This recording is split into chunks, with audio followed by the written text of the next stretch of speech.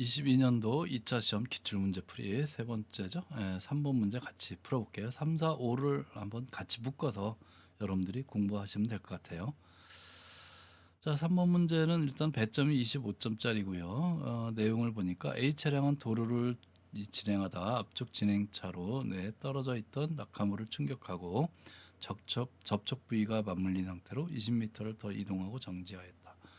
요 얘기겠죠. 여기서 보면 A 차량이 가 위치, 그러니까 42m 떨어진 지점에서 위험 인지를 한 거예요. 운전자가 위험 인지를 했고, 자 42m를 더 진행해서 낙하물과 충돌했다라고 보고요. 그 다음에 낙하물과 충돌해서 20m를 더 간 다음에 정지하게 됐다, 이렇게 볼 수 있을 것 같아요. 이 그림만 여러분들이 잘 도해를 하시면 문제를 이해하기도 편하고 그다음에 풀이하는 데도 편하다, 이렇게 볼 수 있을 것 같아요. 자, 조건을 보니까 A 차량 운전자의 위험인지 시점에서 낙하물은 수평 방향으로 직선거리 42m, 아까 뭐 얘기한 거고요. 위험인지 반응 시간 1초로 주어졌고요. 급제동 시 견인계수 0.6으로 주어졌고 중력 가속도는 9.8m/s 제곱. 그다음에 충돌 후 이동 구간에서 A 차량 노면 계수 0.65로 주어졌고요. 낙하물 노면 계수는 0.75. 그다음에 A 차량 질량은 1,800kg, 낙하물은 2,300kg다, 이렇게 볼 수 있어요. 그 뭐 A 차량 질량이 이제 18ton이죠, 18톤. 그다음 낙하물이 2.3ton이니까 이거 뭐 낙하물 질량도 만만치는 않네요. 자, 주어진 조건 외에 다른 변수는 고려하지 않고 뭐 그런 조건들이 주어졌다, 이렇게 볼 수 있을 것 같아요. 자, 문제는 총 4개가 나왔는데 이게 좀 배점이 사실 이렇게 뭐 만만치는 않아요. 그러니까 이 질문이 4개면 조금 적은 그 질문 수는 아니다, 이렇게 볼 수 있을 것 같아요. 그러니까 배점이 5점씩이기 때문에 조금 그 간단하면서도 이렇게 조금 약간 뭐라 그럴까? 이 문제 수가 많다 보니까, 질문 수가 많다 보니까 그 약간 좀 짜증을 날 수 있는 그런 문제다, 이렇게 볼 수 있을 것 같아요. 자, 충도로 함께 이동한 구간에서 공통 견인계수 구하시오, 이렇게 돼 있고요. 또 문제는 뭐 어려운 문제는 아닌 것 같아요. 충돌 직후 속도 구하는 거. 그다음에 A 차량이 충돌 시 그 나지점에서 속도 구하는 문제. 그다음에 42m 거리에서 A 차량이 핸들 조향 없이 제동으로 낙하물 충격 회피가 가능한 최고 진행 속도를 구하시오. 뭐 내용은 이렇게 어려운 문제는 아닌 것 같아요. 일단은 같이 한번 풀어볼게요. 충도로 함께 이동한 구간에서 공통 견인 계수. 그러니까 두 차량이 했기 때문에 같이 이동한 거죠.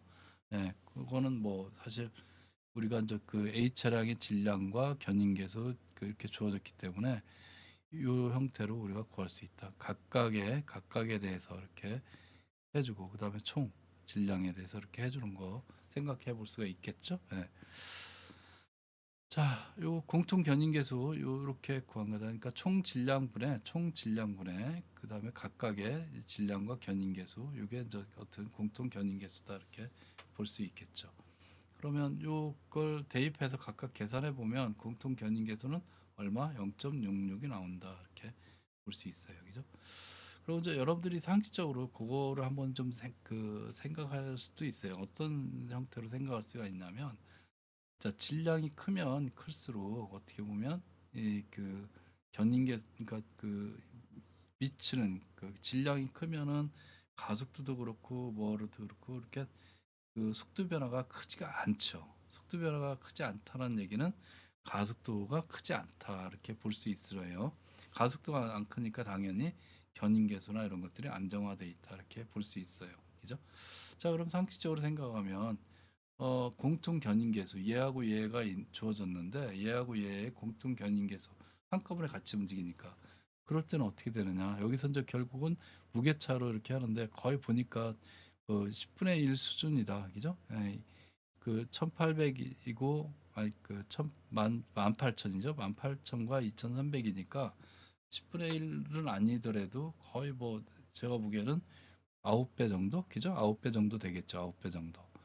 그러면 견인계수가 이렇게 하면 여기서 0.1인데, 그러니까 거의 9배, 그러니까 0.1 정도, 그러니까 10%보다는 조금 뭐 어떻게 설명해야 되나? 이게 형태로 보면 9분의 1 정도 되는 거죠. 9분의 1 정도, 그죠?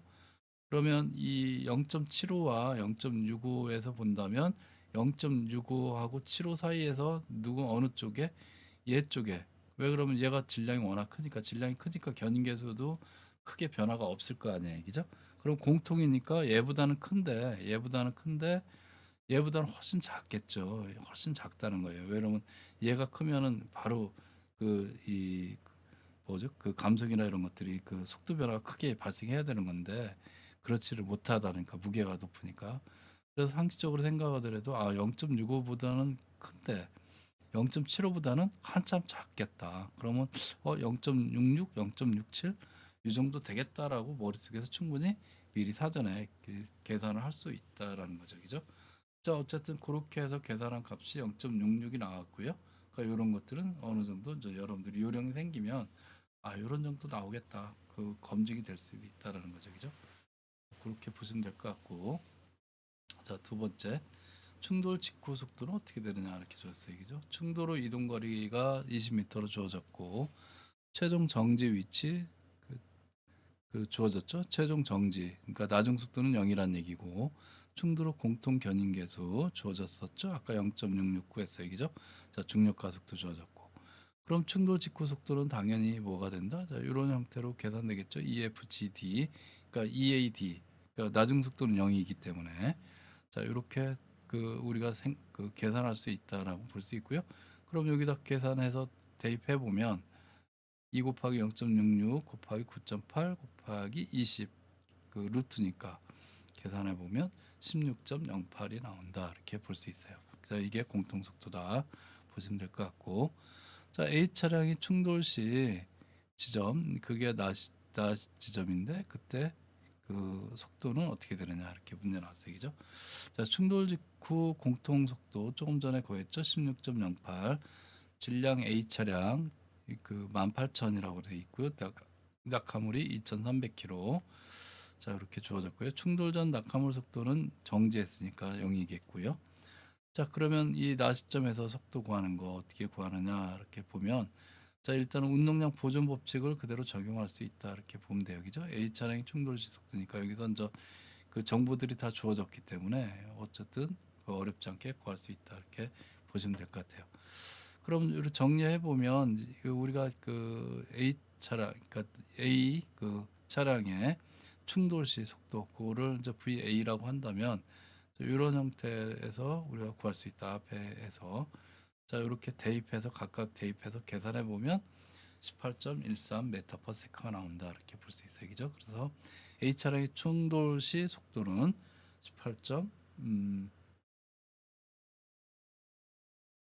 18.13이다 이렇게 보면 될 것 같고요. 제가 좀 뭐 잠깐 좀 딴 거 좀 봤어요. 자, 42m 거리에서 A 차량이 핸들 조향 없이 제동으로 낙하물 충격 회피가 가능한 최고 진행 속도를 구하시오 이렇게 돼 있어요. 그죠? 자, 이동 거리 주어졌고 그다음에 나중 속도 당연히 정지했으니까 0이고요. 자, 오염 인지 시간 1초 주어졌고 견인 계수 주어졌고 중력 가속도 값 주어졌고 그럼 저 낙하물 충격 회피 가능한 이 최고 진행 속도는 어떻게 구할 수 있느냐라고 한다면 요 식에서 이제 우리가 구할 수 있다. 요 식에서 그죠? 낙하물 충격 회피 가능한 최고 진행 속도니까 요 거리가 주어졌을 때 요 값이 최고가 될 때 그걸 얘기하겠죠. D는 VIT 플러스 2분의 2FG 분의 V 제곱이다 이렇게 볼 수 있고요. 자, 요거를 우리가 이 속도에 대해서 풀어야 되니까 속도에 대해서 풀면 결국은 이것도 근해 공식이 나온다 이렇게 볼 수 있고요. 요 식에다가 대입해서 각각의 값을 대입해서 계산해 보면 얼마 나오냐면 16.67m/s가 나온다 이렇게 보시면 돼요. 그래서 여러분들이 직접적으로 저야 뭐 이렇게 계산 결과를 한두 번 검증해 갖고 이렇게 한 거고 여러분들은 이 결과 값이 나오는지 처음부터까지 하나하나 이 검증을 꼼꼼하게 연습을 해 두시는 게 좋다 이렇게 볼 수 있을 것 같아요. 자, 이렇게 해서 4번까지 풀어 봤고요. 자, 5번 볼게요. 3번을 풀어봤죠? 네, 4번 좀 풀어볼게요. 자, 4번은 경사 없는 도로를 진행하던 오토바이 가죠. 예. 브레이크를 잡아 차체 균형을 잃고 노면에 전도되어 일정 거리를 미끄러져 정지하였다. 사고 현장 주변 건물 CCTV에 오토바이 진행 상황 일부가 녹화되었다. 이렇게 돼 있어요. 자, 녹화 범위가 조금 한정돼 있네요. 녹화 범위가 한정돼 있다. 그러니까 그 영상 동영상에 27프레임이 소요돼 있는데 그때 이동한 거를 보니까 15.66m가 이동되더라. 이렇게 나왔네 얘기죠. 그 다음에 이제 이 다 지점에서 이게 전도가 됐고요. 전도된 다음에 F값은 0.54, 이동간 거리는 20.4m다. 최종 위치 이렇게 돼 있겠죠. 예. 그 다음에 이제 정상으로 가다 전도될 때 H, 높이 H값, 무게중심선 얘기하는 거고요. 자, 조건들 보니까 가는 저 오토바이 브레이크 등 점등 시점, 여기서 가가 있었는데 이게 우리 오토바이 브레이크 점등 시점, 브레이크 밟았다는 얘기고, 나는 저 규정을 잃고 옆으로 쓰러진 지점이고, 자, 브레이크는 가, 나 구간에서만 작동했다라는 거. 다는 오토바이 노면 착지 지점이다. 라는 오토바이 최종 위치. 나와 다 사이의 구간은 저항 무시한다라는 거고요. 다 지점에서 오토바이 무게중심 위치가 지면에 최초 닿은 것으로 간주한다라고 될 수 있고, CCTV 영상은 1초에 30프레임, 그 다음에 가에서 나까지는 27개 프레임이 경과되었다. 오토바이 무게중심 높이는 0.5m, 무게중심 이 중력 가속도죠. 예, 중력 가속도는 9.8m/s 제곱이다. 이렇게 보면 되고요. 다에서 라까지 오토바이가 미끄러져 이동한 거리 20.4m다. 이때 견인계수 0.54다라는 거 이렇게 보시면 될 것 같아요. 그래서 이와 같은 저 조건이 주어졌다. 이런 조건이 주어졌다. 이렇게 보시면 될 것 같고요. 자, 질문은 총 4개가 주어졌죠? 네, 4개가 주어졌는데 오토바이가 균형을 잃은 시점에서 그 나 시점인데 그 속도를 구하시오 이렇게 돼 있고, 나에서 다까지 오토바이가 균형을 잃고 노면에 착지하기까지 진행한 거리, 그 다음에 가에서 나 구간의 감속도를 구하는 거, 그 다음에 4는 진행 시점의 속도를 구하는 거. 이렇게 해서 문제가 나름대로 이제 자꾸 그 영향가 있는 문제들을 출제하고 있다. 이렇게 보시면 될 것 같아요. 자, 어쨌든 그 이번 시간도 이렇게 아주 어려운 그런 거 같지는 않아요. 일단은 문제 하나씩 볼게요. 질문 1을 보니까 오토바이가 균형을 잃은 시점에서 속도 구하는 거. 균형을 잃은 시점. 자, 지면에 닿은 후 정지까지는 20.4고요. 지면에 닿을 미끄러질 때 견인계수는 0.5. 요 얘기는 뭐냐면 균형을 잃어서 그 전도됐고 땅에 이제 착지해서 쭉 미끄러 가잖아, 이게죠. 자, 그 미끄러지는 시점에서의 속도와 그 다음에 지금처럼 균형을 잃어서 이동하는 등속이라고 볼 수 있는 등속 구간의 이 속도하고는 사실 같다라고 볼 수 있어요, 그죠? 그럼 이제 거꾸로 그거를 우리가 그 전도 시점의 속도를 구해서 이게 그 등속 운동하는 상태의 속도니까 그거 같다라고 계산하면 되겠죠. 자, 그렇게 해서 이제 그 오토바이가 균형을 잃은 시점의 속도를 구하면, 오토바이가 균형을 잃은 시점에서 지면에 닿을 때는 포물선 운동으로 균형을 잃은 시점의 속도는 이 지면에 닿는 때 속도다. 이렇게 그 추락 속도 같은 그런 개념 원리 그거를 적용할 수 있다. 이렇게 보시면 될 것 같아요. 자, 지면에서 미끄러질 때 이 정보로 속도를 산출해 보면, 자, V는 EFGD 나오는데 여기서 F 값 주어졌고, 자, G 값은 원래 주어진 거고요. 그 다음에 D 값 주어진 거고. 그래서 계산해 보니까 14.69 메타/s가 나온다. 이렇게 볼 수 있을 것 같아요. 14.69 메타/s. 자, 나에서 다 오토바이가 균형을 잃고 노면에 착지하기까지 진행한 거리는 어떻게 되느냐 이렇게 문제를 봤어요, 얘기죠. 자, 균형을 잃은 시점의 속도 14.69 앞에서 구했었죠. 그 다음에 오토바이 무게중심 높이 0.5m, 중력 가속도 9.8 메타/s 제곱. 그래서 균형을 잃고 노면에 착지하기까지 진행한 거리, 우리 추락 속도에 구하는 공식 그거 같다라고 얘기를 했어요, 얘기죠. 자, 이 상태에서 우리가 구하고자 하는 건 D다. 그러면 이 루트 안에 있는 게 이항하면서 분의 1로 가니까 이 내부 있는 분자 분모가 바뀐다. 이렇게 볼 수 있어요. 그죠? 자, 그래서 요거하고 이렇게 보면 바뀌어 있죠. D는 나온 거 보면 속도 V는 V하고 더하기 지분의 EGH 전체 루트 시운 이 값으로 계산이 된다 이렇게 볼 수 있을 것 같아요. 자 이렇게 해서 계산해 보면 얼마 4.69 메타가 나온다 보면 될 것 같고요. 자 가에서 다 구간의 감속도를 구하시오. 그래서 감속도. 예. 자 CCTV 초당 프레임은 30프레임이고 CCTV 이동 그 프레임 수는 27프레임이다라는 걸 알 수 있고요. 가에서 나까지 구간 이동 거리는 15.66 메타고 나지점 그 나중 속도 나온 시점에서 속도가 자 14.69 이렇게 나왔다 이렇게 볼 수 있어요. 그죠? 그러면 그 가에서 나 구간 이동 시간은 어떻게 되느냐라고 본다면 일단 CCTV 정보 활용해 보면 1초에 30프레임인데 이동식 그 프레임 수는 27프레임밖에 안 된다 그러면 30분의 27이 되겠죠. 그럼 그만큼의 어떤 이동 횟수가 되겠죠. 자 그러면 이동 시간이 되는 거죠. 예, 그러면 0.9초가 이제 우리가 그 구하고자 하는 답이다 이렇게 보시면 될 것 같고요.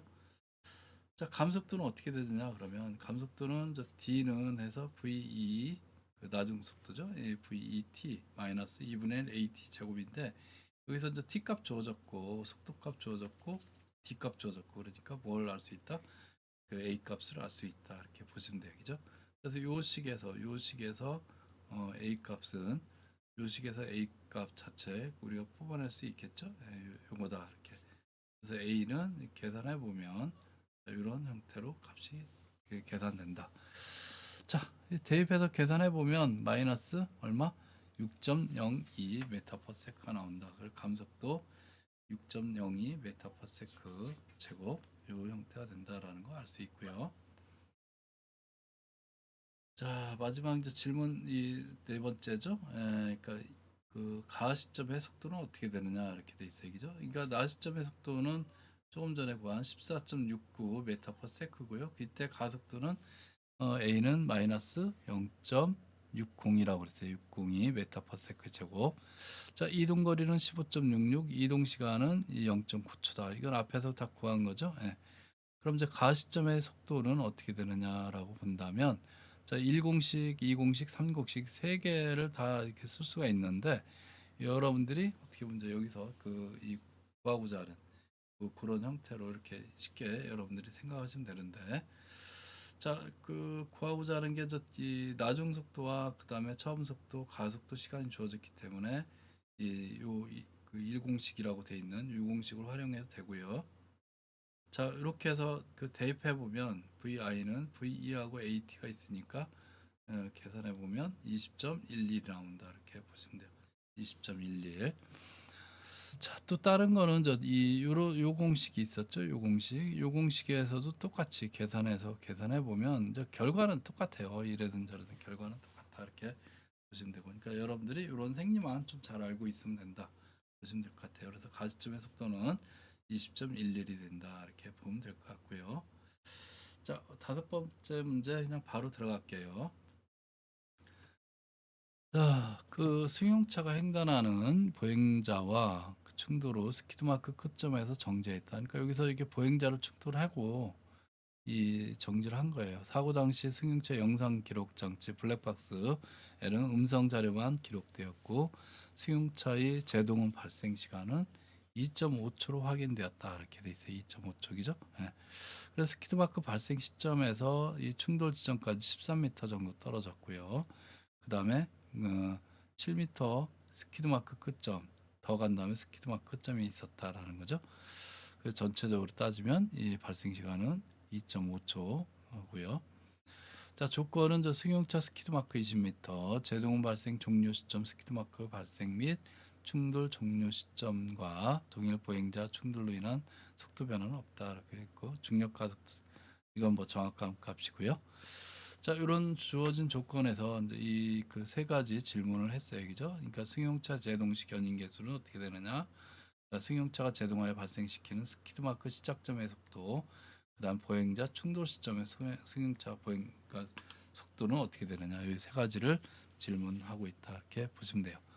자, 그럼 같이 한번 볼게요.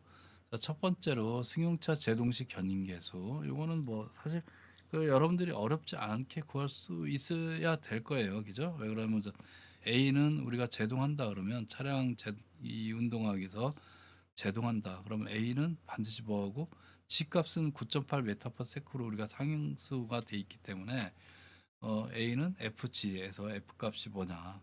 그것만 여러분들이 잘 해석해 두면 된다. 이렇게 보시면 될 것 같아요.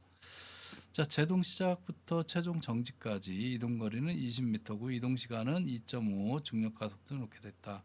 그럼 승용차 제동 시 견인 계수는 자, D는 VET 마이너스 2분의 1 AT 제곱 여기서는 그렇게 계산할 수밖에 없겠죠. 그럼 여기서 VE 대신에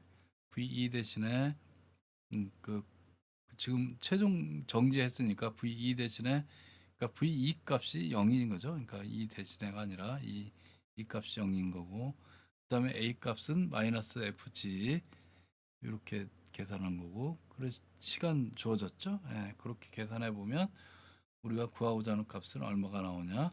0.695가 나온다. 이렇게 볼 수 있을 것 같아요. 0.65.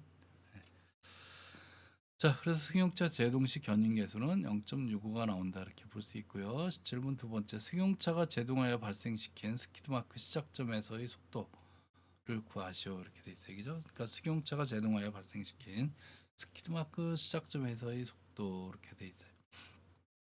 자, 이동거리 20m고 이동시간 2.5초, 뭐 중력 가속도 9.8, 견인 계수 이렇게 주어졌는데 자, 스키드마크 발생 시점 속도는 일단은 EFGD 이 룰에 따른다 이렇게 볼 수 있어요. 그죠? EFGD.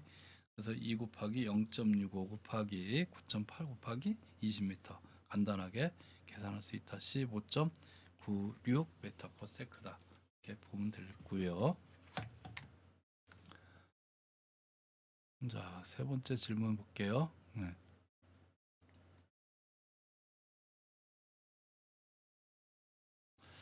자, 보행자 충돌 지점에서 승용차의 속도를 구하시오. 이렇게 충돌 지점에서, 그러니까 보행자 충돌 지점에서부터 최종 정지하기까지 이동 거리는 약 7m가 나온다. 이렇게 돼 있어요. 7m. 그다음에 중력 가속도는 9.8 m/s 제곱이고요. 당연히 견인 계수는 0.65. 그럼 이제 보행자 충돌 시점의 속도는 어떻게 되느냐라고 하면 이 앞에서도 했던 거 반복이죠. VE는 보행자 충돌 시점의 속도는 EFGD. 자, 요거와 같다. EFGD. 자, 요거는 또 마찬가지.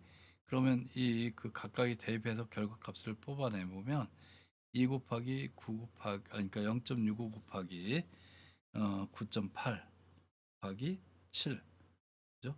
자, 요걸 계산해 보면 9.44 메타퍼세크가 나온다. 이렇게 보면 될 것 같아요. 자, 이렇게 해서 지금 2차 그 교통사고 조사 분석서 작성 및 재현 실무죠. 2차 과목을 여러분들하고 쭉 한번 문제풀이 해봤는데 이렇게 사실 난이도가 아주 높거나 그러지는 않다라고 저는 이 평가를 한번 할 수 있을 것 같고요. 여러분들이 그 지금까지 한 5회 정도 이렇게 기출 문제 같이 풀어보면 온갖 사실 그 기출 문제의 특성을 잘 드러내는 문제들로 잘 구성되어 있으니까 그거를 잘 풀어보는 것도 중요하다. 그러니까 새로운 문제를 풀어보는 것도 좋지만 이 기존의 문제를 짧은 시간 안에 잘 풀어보는 것도 중요하다. 이렇게 보면 될 것 같아요. 자, 여러분들 수고 많으셨고요. 다음 시간에 또 다른 컨텐츠로 여러분 찾아뵙도록 하겠습니다. 수고 많으셨습니다.